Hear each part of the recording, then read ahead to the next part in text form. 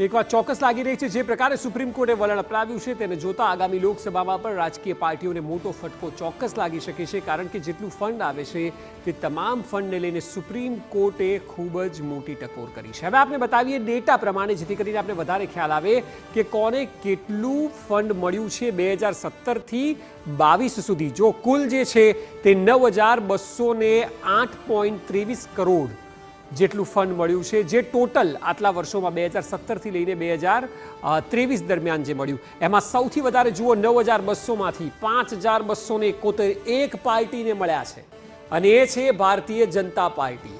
આ જે રૂપિયા છે પાર્ટીઓને મળતા, એમાં સુપ્રીમ કોર્ટનું કહેવું છે કે કાળા નાણાંના સફેદ થાય છે.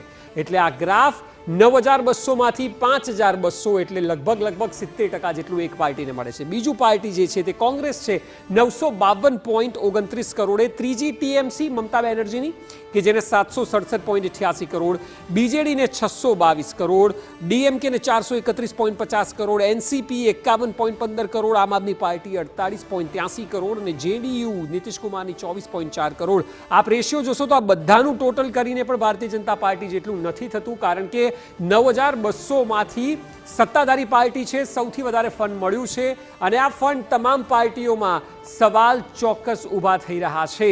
આ તમામની વચ્ચે લોકસભા જંગ રસપ્રદ એટલે રહેશે, કારણ કે ફંડિંગ પર સીધી અસર પડશે તમામ પાર્ટીઓની. જો કે હાલ લઈશું એક બ્રેક, અને બ્રેક બાદ વાત કરીશું